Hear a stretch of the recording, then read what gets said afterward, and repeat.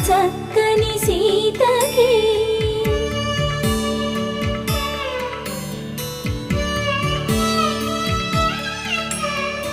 ఎర్ర జాబిలి చేయి